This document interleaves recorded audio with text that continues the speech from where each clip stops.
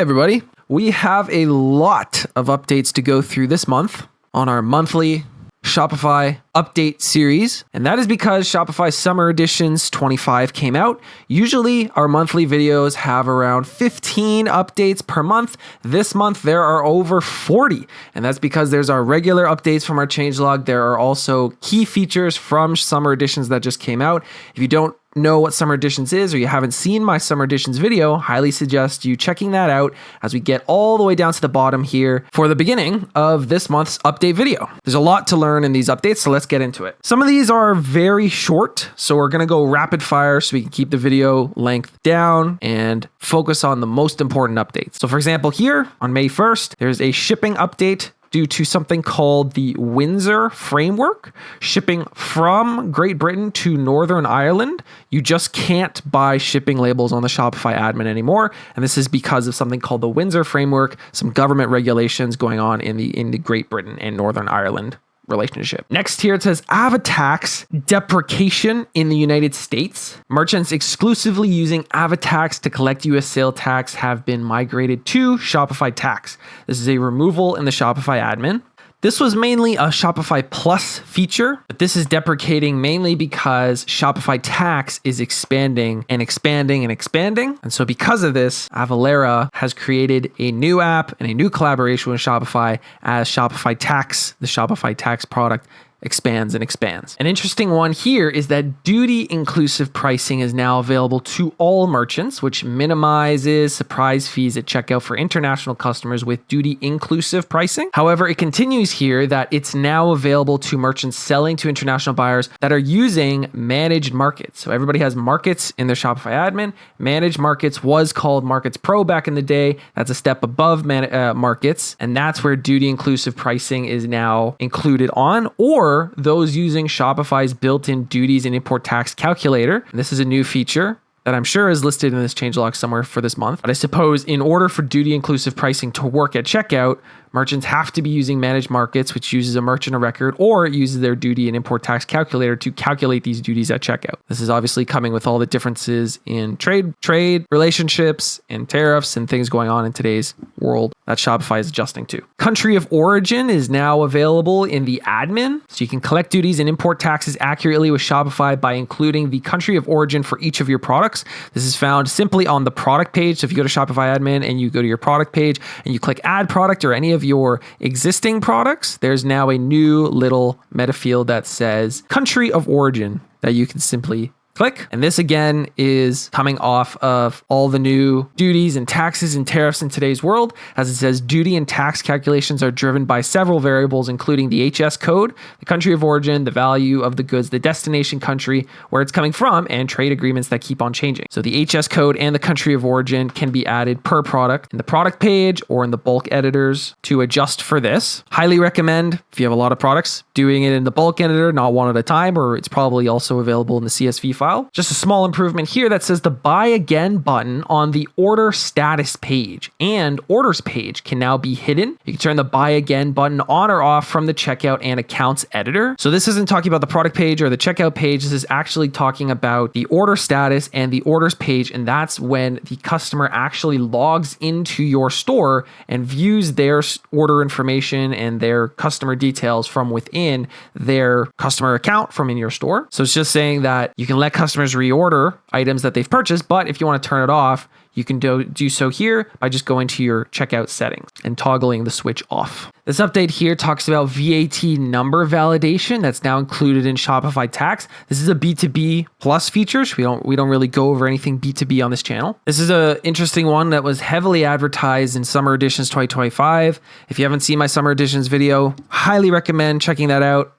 I appreciate all of the support and how much you guys like that video. I really appreciate it. But as we know, in today's day and age of AI generation, photo generation, video generation, image generation is now available in Sidekick. Sidekick now enables merchants to generate images from a few keywords in the Shopify admin and then save them to your files for use across their stores. So Sidekick is Shopify's biggest and baddest little AI helper specifically on your store when you're logged into the admin. And now has the ability, like a lot of AI tools, to generate images and then use them across your store by saving the individual images and putting them in your files. If you upload any file, maybe to your products, to your media gallery. It's also saved in the files, in the content of your admin. And you can get a list of every single piece of media or video or GIF that you've ever added to your store. And also, one of the columns includes a little link. If you ever need to link anything with any sort of custom code, you can do that. This new feature helps merchants quickly create visually appealing content for hero banners, marketing materials, blog post illustrations. The list is really endless. This is an interesting one. Control when returns impact your sales data with the new returns processing step. So returns now only affect your financial reporting after you decide to process it, giving you more control of precise sales figures. Because one of the things that Shopify has in its reports is that it has so many reports, and some of them are sort of confusing, especially when when maybe you're looking at the wrong report. Or this is one that's really intriguing to me because sometimes the reports on Shopify that are generated for you are really not quite clear, especially when it comes to returns and exchanges and revenue. Now, returned items only impact your financial reporting after you confirm their receipt. This ensures your sales figures accurately reflect only returned items physically received. So this will really help your sales reports, your tax reports, and your inventory reports for sure. Got to move along quick here because there's so many updates this month. A very niche update here talking about inventory transfers, enhanced transfer management. So it says manage your inventory with better and accurate and efficient transfers, featuring multi-shipment tracking, customizable views, barcode scanning, bulk importing, and complete third-party visibility. This is when you're transferring stock from one location to another. So it includes having your stock on hand, most likely having an in-person location, and most likely having two or more in-person locations so that you actually physically transfer inventory from one to another. This is a pretty big change right here. Flat rates for split shipments on checkout. So your customers will now be charged a single flat shipping rate when orders are fulfilled from multiple locations within the same location group. So as we know on Shopify, your shipping rates are set per location, L for location. That's where your shipping rates lie. But a lot of the time with flat rates, the customer doesn't care which location or which supplier houses its product it wants to buy. If you're using suppliers, if you're using drop shippers, if you're using wholesalers, you'll most likely have multiple locations holding different parts of inventory. So if one customer buys an order consisting of multiple items that are housed, maybe half in this location, half in this app, the flat rate that was calculated at checkout for the customer was always so confusing. It was sometimes it would add up the flat rates, sometimes it would combine them, sometimes it would just do all sorts of crazy things. So now shipping rates will still be summed if the order includes items from different location groups, but with this update, a single flat rate will be applied to the order if it's in the same location group. Previously, if your customer's order included fulfillments from more than one location in the same location group, shipping rates were added together, which made absolutely no sense. I'm glad they sort of fixed this out. We'll see what happens. But it was so impossible to communicate to customers on shipping policies, on product pages, on banners, any sort of shipping promotions or anything for the customer, because customers would see that the shipping rate was doubling at checkout and they would obviously abandon checkout, or they would contact us saying your checkout's broken or your shipping rate is wrong and the advertised shipping rate you have is wrong. So we'll see what happens here, but this is a long time coming. A couple of quick updates here and here. So Shopify Capital is now launching in Germany. Shopify Capital is officially expanding to EMEA. That stands for Europe, Middle East, and Africa, with its first country launched in Germany. So Shopify Capital is Shopify's brand and bunch and group of products of lending and capital and loans and credit cards and these sort of things, all housed under the name Shopify Capital. This is now expanding, as I think it was only available in the States, maybe a few others, but now it's expanding. Haven't seen that ever before. And then Apple Pay is now available as a payment method. You can offer Apple Pay as a payment method to expand your customer payment options while supporting your customizations. So for most people using Shopify payments, you can already enable or disable Apple Pay with a simple toggle. But now it's saying that you can add it as a payment method not housed under the payment gateway and add it individually, supporting checkout customizations. Just understand that Apple Pay needs certain requirements in order to show. So a lot of the time, if you're asking yourself, Apple Pay isn't showing at checkout, just make sure first off that it's enabled, and second off that you are using a supported browser or supported device that Apple Pay is supposed to show on. There's some other requirements as well, but those are the main ones. This is a really rapid fire changelog. I get it, because they jam-packed this changelog with so many updates, but there's really not much more to them other than a few sentences here in the headline. But anyway, moving along. Speaking of Apple Pay through Shopify payments for subscription orders is now available in additional countries. There isn't any mention of which countries this is expanded to, but we know that Shopify payments in Summer Editions 25 did get expanded to a lot more countries. We talked about that in my Summer Editions video. Maybe we'll get to it higher up in this changelog, but that's just another update when it comes to Apple Pay for subscriptions. And now we're starting to get into a lot of updates here that were introduced in Summer Editions specifically. So for example, store credit is now available on Shopify POS. Shopify POS is Shopify point of sale system. And there were a lot of updates that came to the POS because the new version of the POS app was launched. So they've added support for store credit, allowing customers to pay with store credit, staff to process returns to store credit, and manage customers' balances in POS. So store credit isn't anything new to Shopify, but store credit on the POS is new to Shopify, because a lot of the time what happens is a feature is introduced to the main Shopify admin, the main Shopify online landscape, and these features are then filtered down to the POS over time, especially with the new version 10 of the Shopify POS being launched. A lot more features are coming to the POS. It does say under the requirements and limitations that store credit requires you to use new customer accounts. There's two types of accounts. There's legacy accounts and new customer accounts. For the longest time, you could choose between the two. Lately, a few months ago, we saw that legacy accounts were being deprecated. So you have to be using new customer accounts. And the reason for that is the store credit is housed in the customer's account.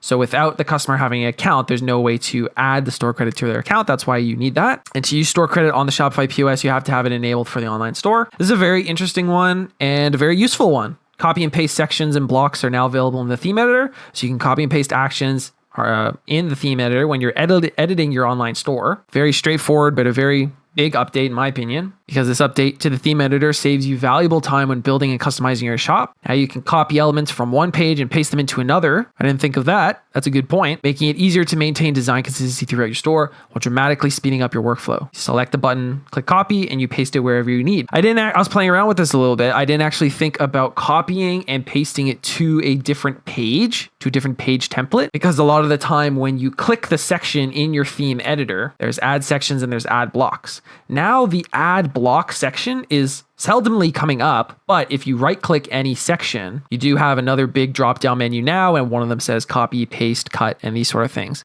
which makes it more intuitive. But for those of us who have been doing this for a long time, I didn't actually notice that at first, and I didn't even think about using it on another page. So good thing to point out. Speaking again of the theme editor, you can rename blocks and sections, and this allows you to literally name and rename the sections in the block. So instead of it saying collapsible row, collapsible row, collapsible row, you can now rename them to, hero banner, summer sale banner, refund row, shipping row, and these sort of things. I actually like that. I never personally had a problem identifying which section is which, because you can just enable the blue box in the top right corner of the theme editor, and it shows you which section you're working on. But I actually like the idea. Like I said, sometimes you have slideshows in one section that just says slide, slide, slide, slide. So if you can rename them different things, for example, holiday hero banner, summer sale banner, and my idea, like the collapsible rows, collapsible row, collapsible row. Sometimes you have collapsible rows and columns like this all over the place. So renaming these would actually make things a lot simpler. It's interesting to see which of the 150 plus updates from Summer Edition Shopify decided to add to the changelog. I don't know how they made the determination of what makes the cut, what doesn't make the cut, but these two down here are very small updates, not very important, so we're just going to move on. This one's an interesting one. Shopify Tax automated filing now supports select marketplaces. So Shopify Tax is Shopify's tax product to help you collect, track, sometimes remit taxes. Marketplaces can include Amazon, Etsy, Meta, TikTok, and these sort of things, selling on those channels, right? This update says that Shopify Tax's automated filing now includes reporting for orders placed on Shop Facebook, and Instagram. Facebook, Instagram being one thing. So just the shop and Facebook. And this is very specific to individual jurisdictions. It's interesting because one of the biggest updates with Shopify Tax was that some areas now have the ability for Shopify Tax to not only collect and track your sales tax, but also remit your sales tax, because Shopify never, ever did that for years and years. And then very recently, we saw them starting to help remit some taxes, but now we're starting to see that remittance also cost a fee. So it says you have the flexibility in choosing where to file, and you can review your returns right from the admin, all for a competitive flat fee per return. Interesting to see where they're going with all these things. Cookie banners are now supported on customer account pages. Both third-party and Shopify cookie consent banners will now be displayed on customer account pages as needed. It says this update is only for shops using a custom domain for customer accounts. There's actually been a lot of updates when it's come to customer accounts, customer account domains, because for some reason it seems that the customer account page, the customer account login seems to be very separate from your store. You have your store, and then if a customer logs into their account, for some reason, these seem very disconnected. As we can see in this example here, the cookie banners, whether it's the Shopify cookie banners or a third-party app displaying cookie banners for your specific store, don't seem to cover the order status, the order index profile, or the full page extensions found on the customer account page. I'm not sure why. As we can see here, it's sort of the same thing, branded URLs on customer login pages. So when you configure a custom domain for your customer accounts, your login page will now automatically use that same domain, creating a more consistent branded experience for your customers. So previously, even if you had configured a custom domain for customer accounts, the login page would use a default Shopify domain, shopify.com/authentication, ID, and login. With this update, your customer account page will automatically inherit its custom domain. Why, though? I have no idea why, but buying custom domains on Shopify has been around for decades. Editing the DNS records of your custom domains on Shopify has been around forever. So why these, again, are so disconnected, I have no idea. But the update solves that problem, but it's just weird why that was the case. For merchants who haven't set up a custom domain, you can configure one in your store's domain settings, take advantage of an improved branding experience. That literally means if you've bought a domain or have not bought a domain, because there are some stores that don't buy a domain, they just use the myshopify.com domain and they change the area in front of it, which isn't the best idea.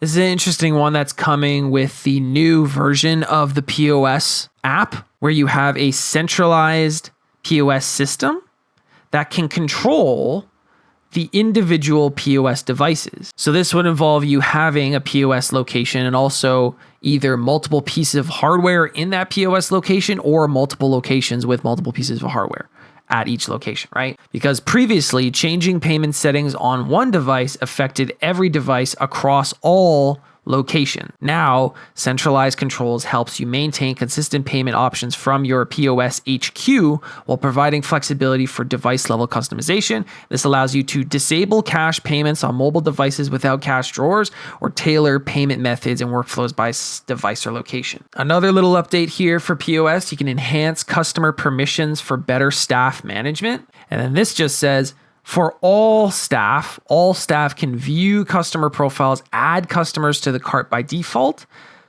but this new granular control option lets you determine exactly who can create new customers, edit customer information, delete customer profiles, view customer meta fields, and edit customer meta fields. And this helps grant appropriate access based on individual staff roles. For example, you might allow all associates to view customer information, but reserve editing capabilities for managers.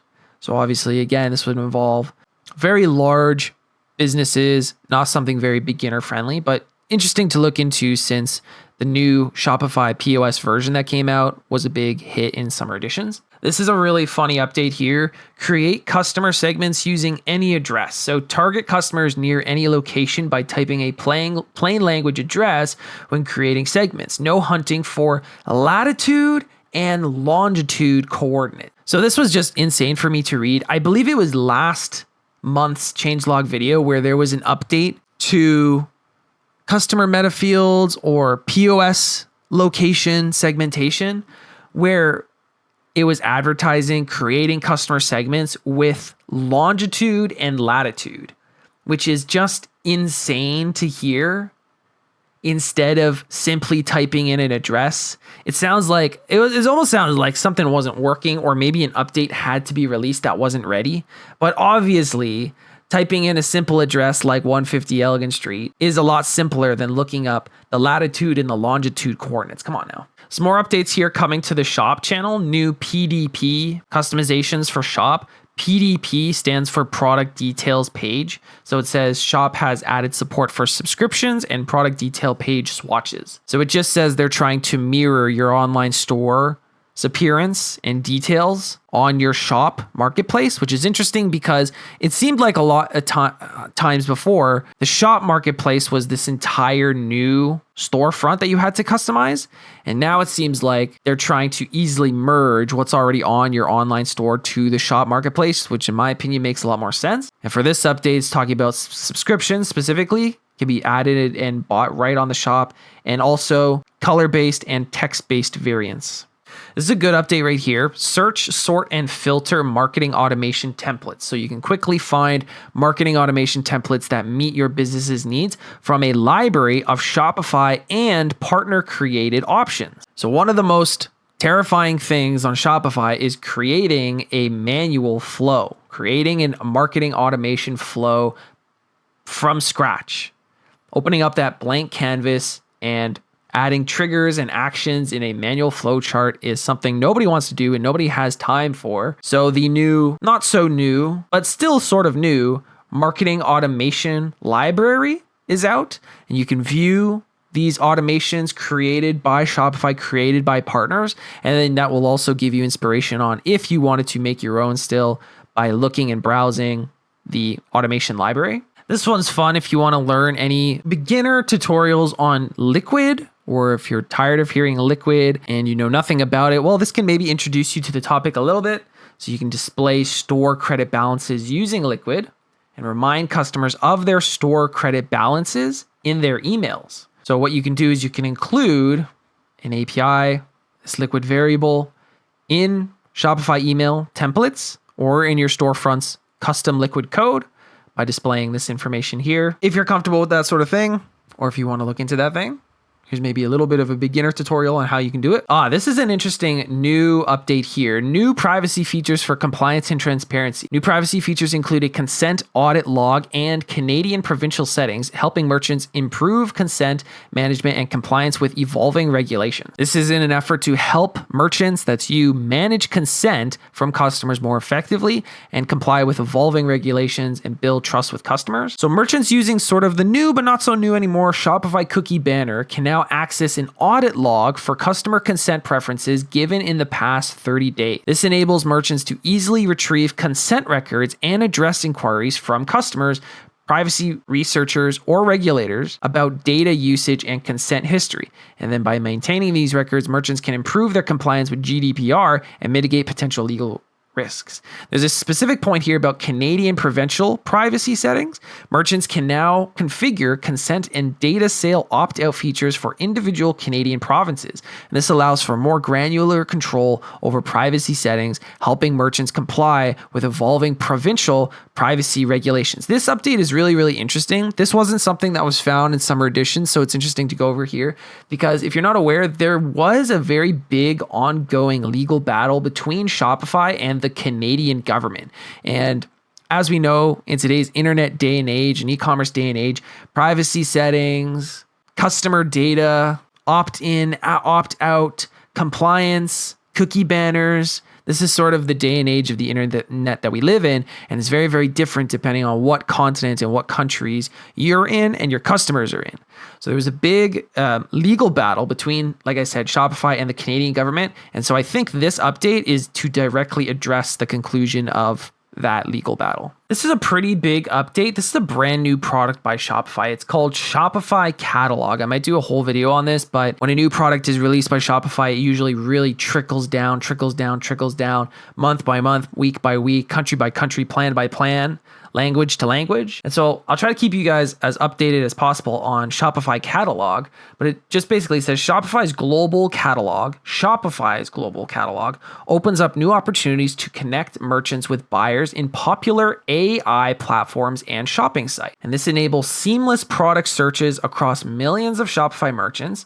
So select partners, building apps, and AI agents access Shopify Catalog to search and surface real-time product information such as pricing, options, and availability in popular AI platforms and shopping destinations. So this opens up an exciting new opportunity to connect Shopify merchants to buyers wherever they prefer to shop. This is interesting because the Shopify Catalog is a brand new app. If you go to the App Store, it's literally called Shopify Catalog.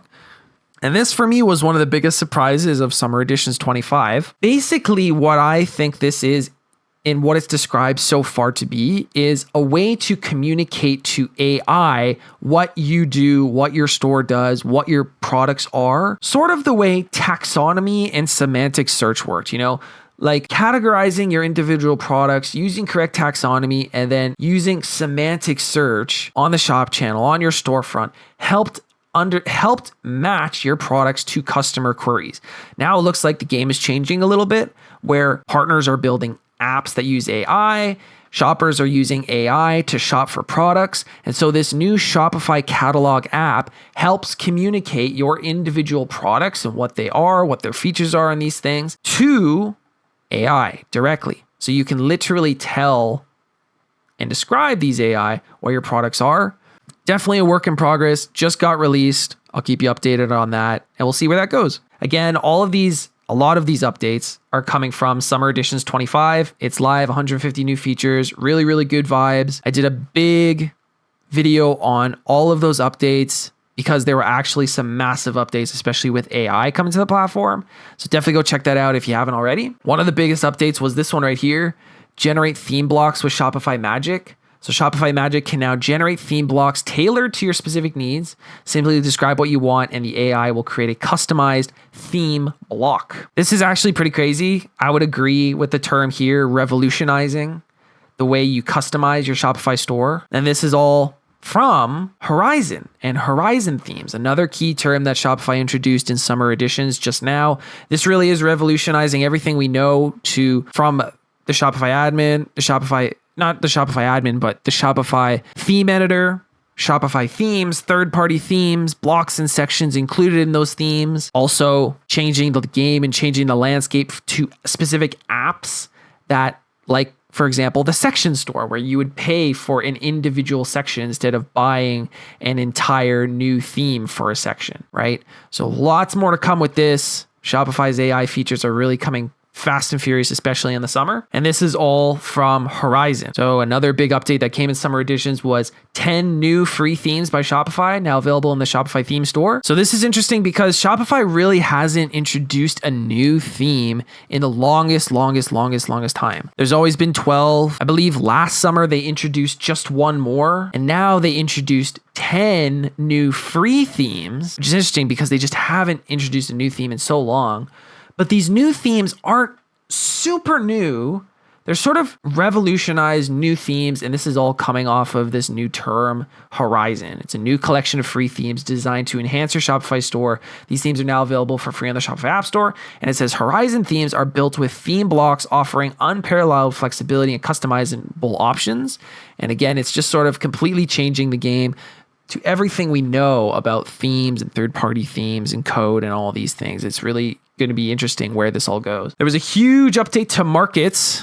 If you've been running your Shopify stores and noticed that in your settings, Markets is no longer there, well, Markets has actually moved to the homepage on Shopify and it looks completely different. You can now create sub-markets from existing region markets, customize multiple markets for B2B, and preview buyer customizations. This is all found under the new version of Markets. There is some Shopify Plus here things specifically, which we don't really get into on this channel. But if you're non-Plus, there's still a massive update. The new version of Markets introduces the option to view all the buyer customizations in the graph view and a new view as feature in the product section of the Shopify admin. I'll probably make a video about this coming up because they've completely changed everything about Markets. The specific things that you change, like if you're collecting tax, if you're not collecting tax, any local payment methods or what country you're selling to or customizations or translations or domain subfolders, they're kind of the same thing that were found in the previous market settings, but the location of where the market settings are, the new graph view versus grid view and all these things is really changing the game. This is interesting because they advertised this massive update to market. I swear it was last summer,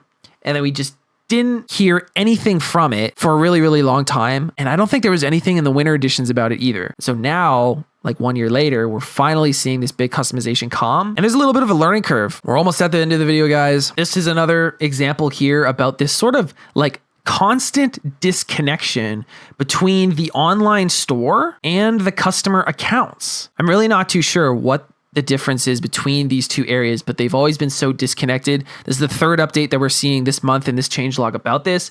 Markets persists between customer accounts and online store. So if a buyer is using your online store in a specific market, it now persists when they navigate directly to their account. So this might be something that you've never even noticed, but if a buyer is using your online store in a specific market, it now persists when they navigate directly to their account. So this includes the country, the language, the company location. These are all things that you update in the market settings. And the market also persists when they navigate back to the online store from their account. So before this update, customer accounts always loaded your store's primary country and links them back to the online store loaded to the primary country. That's just a terrible idea. And that's something maybe you never noticed unless customers were bringing it to your attention. But again, that's the third time we see this sort of disconnect between the online store and the login screens, the account screens. Glad to see they're being fixed, but we'll see what else comes out of this and why there's such a disconnection all the time. And we finally made it the last update of the month. Standardized customer data erasure for third-party apps. It says standardized customer data erasure behavior for third-party apps, removing merchants' ability to cancel app-initiated data erasures. Now, customer data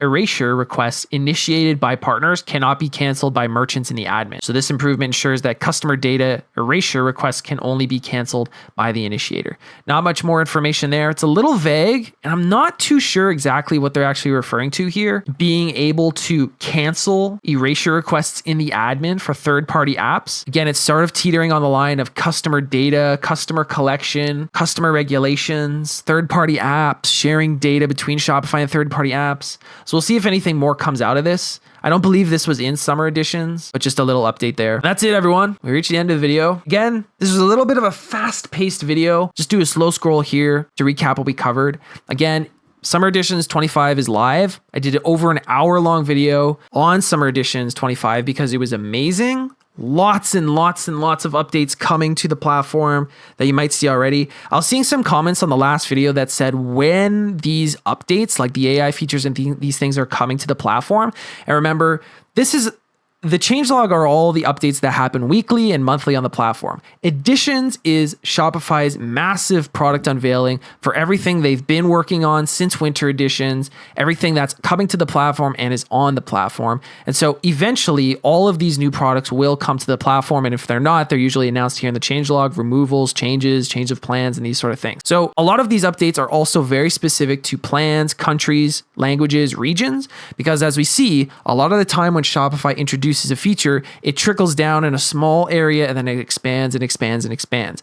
But a lot of the time, especially with summer editions is a lot bigger usually than winter editions. So if a feature like maybe AI customizable blocks isn't on the platform yet, it will be available. Or if it's not available yet, they will definitely make an update next winter editions. And that's why staying up to date on the changelog, staying up to date on editions, and learning everything there is to know about Shopify is super important. That's why we're building this community here on this YouTube channel. That's why we do these monthly update videos and these edition recaps all the time, so we can learn everything we can about Shopify, continue to improve our stores, improve our competitive advantages, and just grow a community community all come together. If you like this video, hit subscribe. If you really liked it, leave a like so I know. I genuinely just like helping fellow Shopify entrepreneurs. If you haven't seen my summer editions video, again, check that out. It was amazing. And if you hit subscribe, I'll see you in the next video.